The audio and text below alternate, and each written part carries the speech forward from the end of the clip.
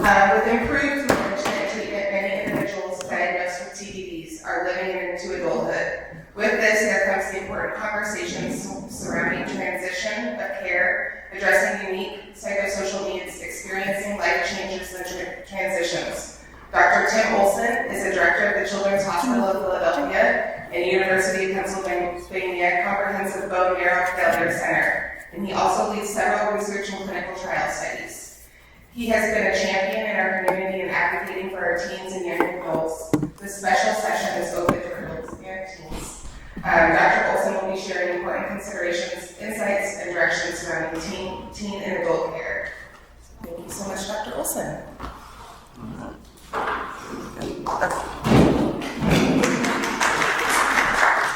Hi, everybody. How's everybody doing? Doing okay? Okay, great. So I am the medical director of bone marrow transplant at CHOP. I'm a long-standing hematologist specializing in bone marrow failure as well, and also I think a long-standing friend of Team Telomere at this point. I'm going to give you a couple talks today. This one is devoted to navigating healthcare transition, and really the reason I'm giving you this talk is because of a couple of strokes of good fortune in my career. The first one was my mentor in the space of bone marrow failure was a outstanding physician scientist by the name of Monica Bessler, who was trained in adult hematology.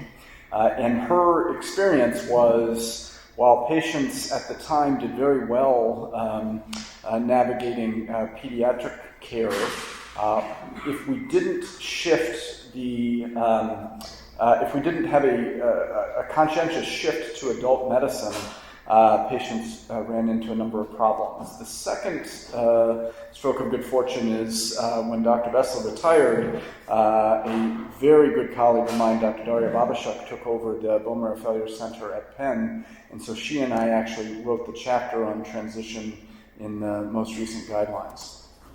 All right, so key point number one is that in navigating these issues, you are not alone.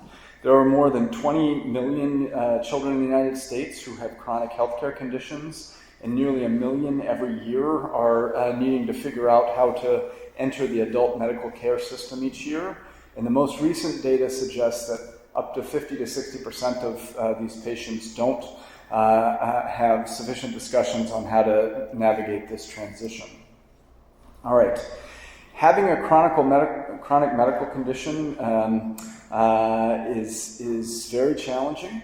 There are many burdens, which I think I probably don't have to tell anybody in this room, with respect to issues surrounding depression, issues surrounding social challenges, school work issues, and increased anxiety about what the future holds. There are a few benefits, though, that I should point out as well, including maturity and perspective that belies years for many patients. So, in facing young adulthood is a different challenge for different patients with telomere syndromes. For many, the diagnosis is very familiar to them, and it's really a matter of adjusting to adult responsibilities, knowing a disease that they've known for life. For many others, though, the diagnosis is made right around the time of graduation from high school, or perhaps even a few years later. Others don't even know what their diagnosis is yet, and are navigating the stress of worsening symptoms that have yet to be explained. And then finally, many have been diagnosed because of severe bone marrow failure, as we just heard about from Dr. Patouche in the last session, and have been through the storm of going through a bone marrow transplant, hopefully successfully, and now are trying to figure out what's going to happen next as I move into the adult care world. This is my pep talk slide, coming not only from being a medical provider for patients who have telomere syndromes, but also as the father of 3 adolescents and young adults myself. I think a huge challenge right now in this age range is recovering still from the pandemic and learning how to now navigate challenges and setbacks. And so in reading some of the psychology literature recently and talking with our psychologists at our institution, one of the key aspects to navigating transition, as well as navigating transition to adulthood, is this concept of building resilience. And so these are 7 concepts that the American Psychological Association has suggested are helpful in this process. The more you connect by helping others, the more self-assured you can become. Daily routines can be helpful, even if boring. Self-care and self-discovery is critical. Pursuing goals for dual purposes, not only for the goal in it itself, but the value that the journey has, and really putting yourself out there to push forward to something. Feeling challenged by setbacks, but not discouraged. Maintaining perspective and hope. And then acceptance of change and things that may be out of your control. All right, so now we're going to talk a little bit more specifically about pediatric to adult transition, which is defined as the purposeful planned movement of youth with special health care needs from pediatric to adult care. Pediatric and adult clinics are quite different for those of you who have not experienced this yet. In pediatrics, parents and medical providers tend to be in charge. Support services are offered for financial and emotional issues. Parents often manage medications and treatments, and to some extent can shield patients from specific concerns regarding prognosis and decision making. And then pediatric clinic staff are often typically quite engaged, patient and tolerant. Many adult care models are quite different than this, right? So care is thought to be self-directed and self-monitored.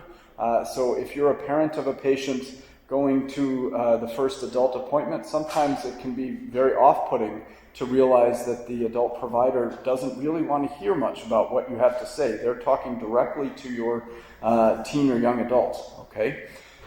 Patients must seek support services independently. Oftentimes, a hematology practice in childhood has social workers built in. A hematology practice in adult medicine may not. Medical teams expect the patient to manage care.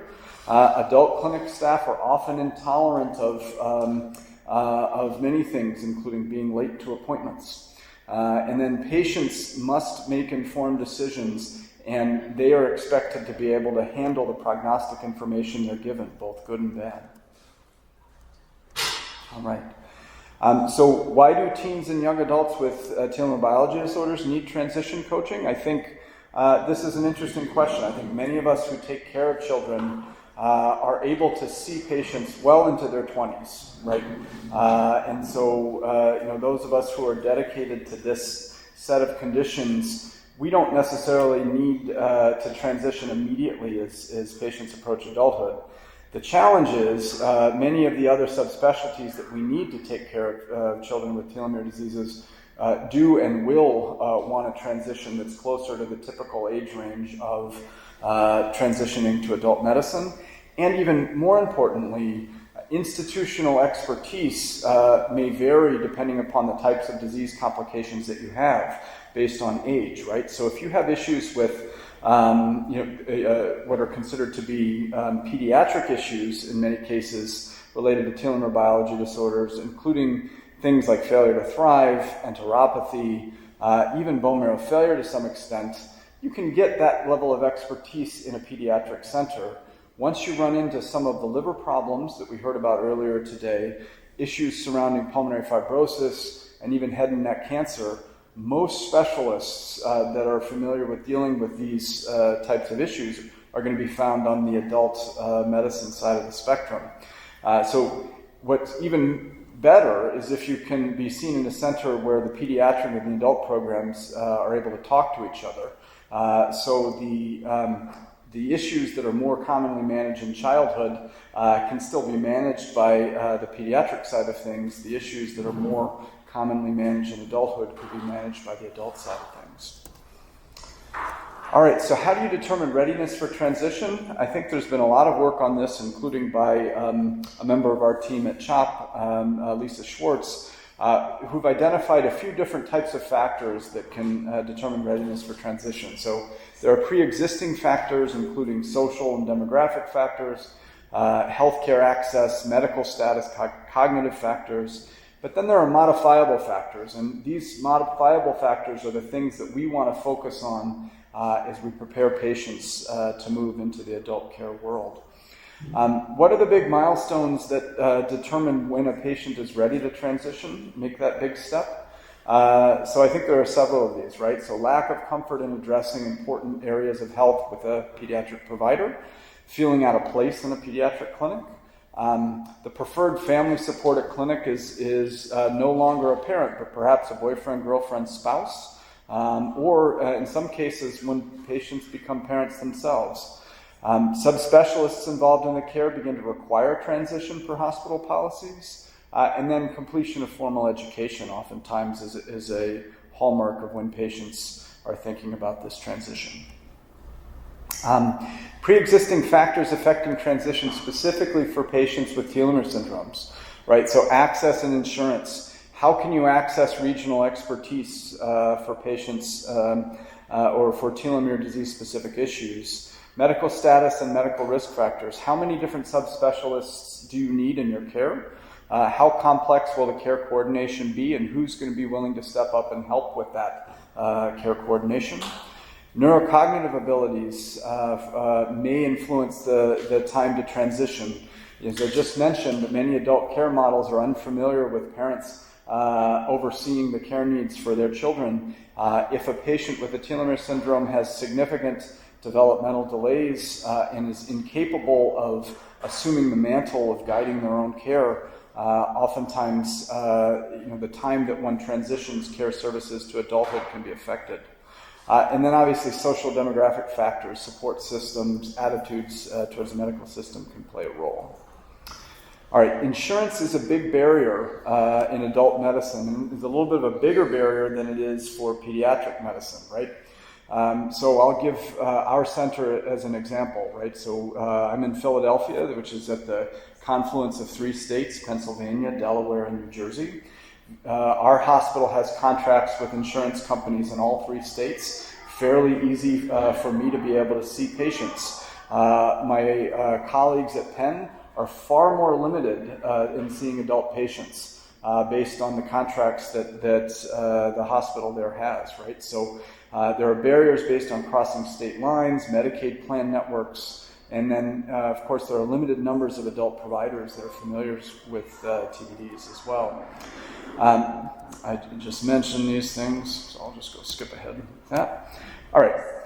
So how do you prepare for transition, right? So this is really the responsibility that comes during the pediatric age range. And the way that I think about this is this shared management model that was also developed by colleagues at CHOP and other places, right? So in early childhood, and when the diagnosis is new, those of us who are pediatric providers oftentimes take the major responsibility for supervising care. Parents are adjusting to the new diagnosis, and the patient is, for the most part, receiving care. As we get more familiar with the diagnosis over time, that a lot of this responsibility shifts initially to parents and family for grade school age children, and we as pediatricians become a little bit more of the consultants for parents who are the primary managers of care. For successful transition to happen, what we really have to think about doing is shifting this as patients reach middle school and high school, such that patients can become their own manager of care, parents start serving a supervisory function, and then we as the providers, if we've given families the right tools, we can really serve as consultants for the most part. And this helps with that final stage of transition to adulthood where patients themselves can become their own supervisors of care. All right, so what are some concrete examples of this, right? So if I have a patient who is in that tween period, 11 to 13 years of age, what we really want to start focusing on there is making sure that the patients are understanding the reasons that they're getting the testing and the procedures and the medications that they're getting, right?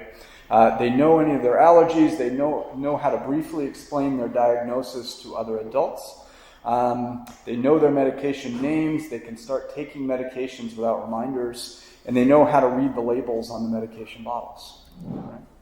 Once you get into your mid-teen years, what we want to start shifting is we want to start having most of that eye contact at our clinic visits with the patients themselves.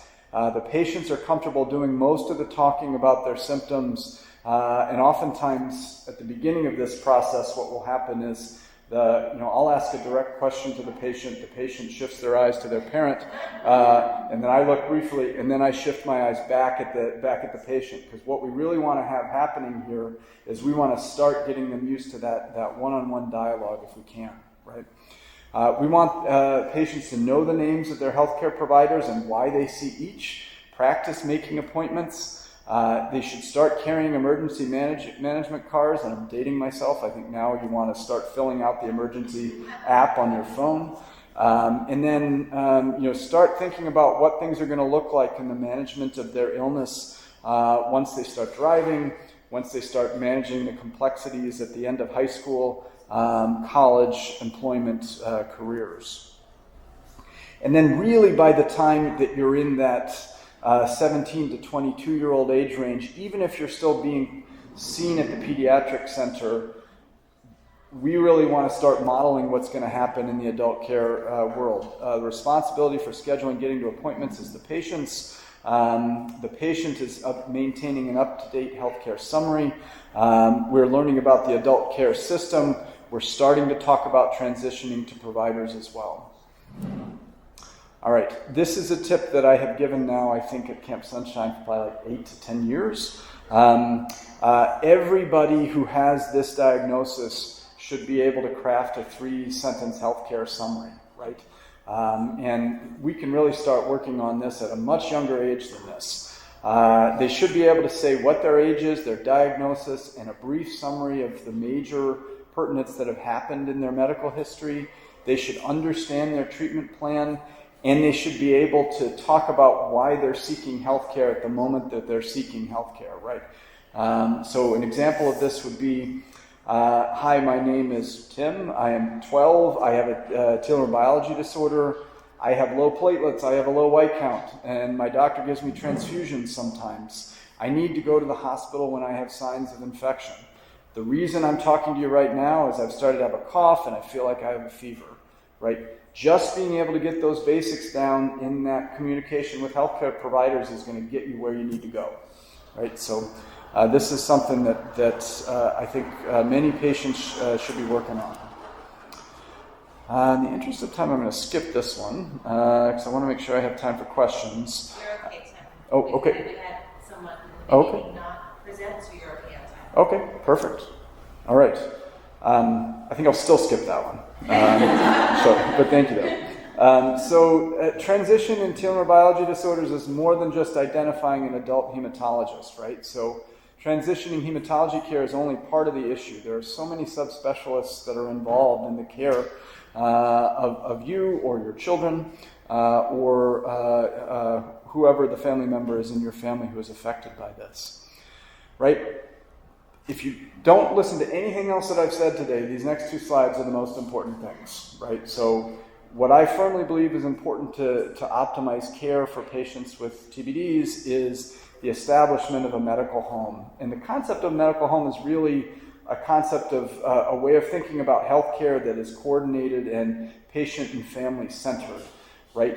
By having a medical home, somebody in the middle of your care that understands all of the different things that you are looking for, it's easier to access services, it provides you with more consistent and coordinated care, and there have been a number of studies in patients who have complex medical disorders that show that this concept improves health, developmental, educational, and functional outcomes, right? So the idea of the medical home is you have one provider who's at the center of your medical care that is understanding all of the other different subspecialists that you need.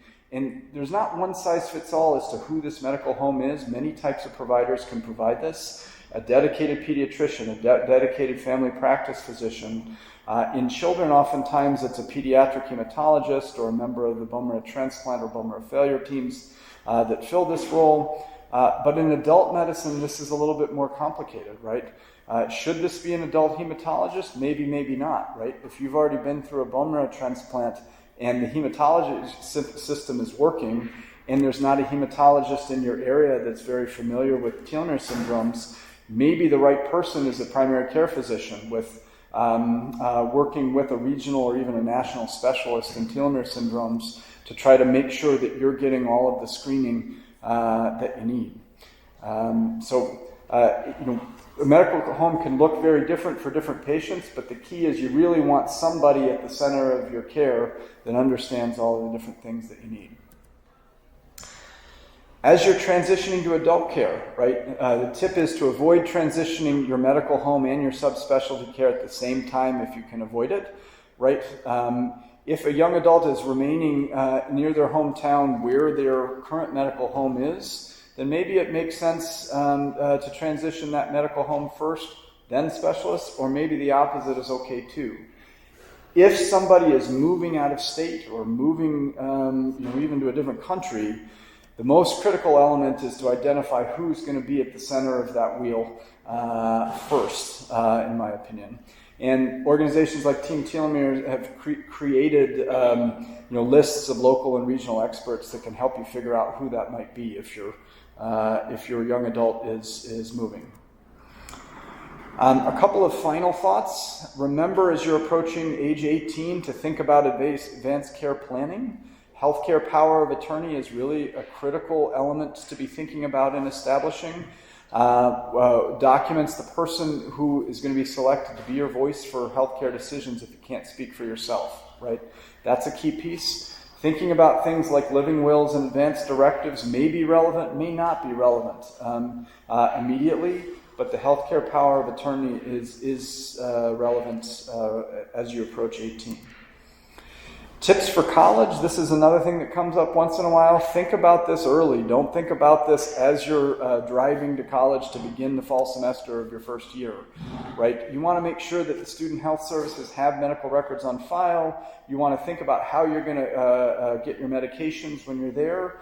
And you want to think about any allowances that you might need to be able to help you do well and help you thrive in college, right? Whether that's a letter from your doctor, needs for accommodations for something as simple as more test time, more time to complete assignments. And then you want to think about disclosure. Who else needs to know at your university about your underlying diagnoses? There's pros and cons with allowing more people to know about what's going on. Similar issues around disclosure for employment. If college is not the thing and you're applying for jobs or vocational services, you also still have to think about accommodation and support needs, and we're here to help you with that. And then lastly, very last slide here is just thinking about this from the parental perspective. How can you help your teen or young adult navigate this transition, right? A, start early. B, get your child involved in healthcare as early as you can. Role model the skills that you want your child to develop. Provide coaching when you can.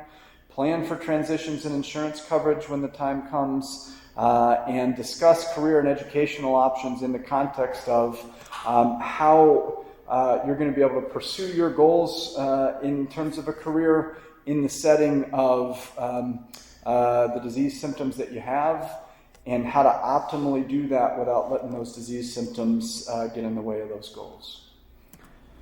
And with that, at the end of these slides, and I think you'll all be able to get these slides at the end, there are some resources here for transition. And with that, thank you very much, and I'd love to have a discussion.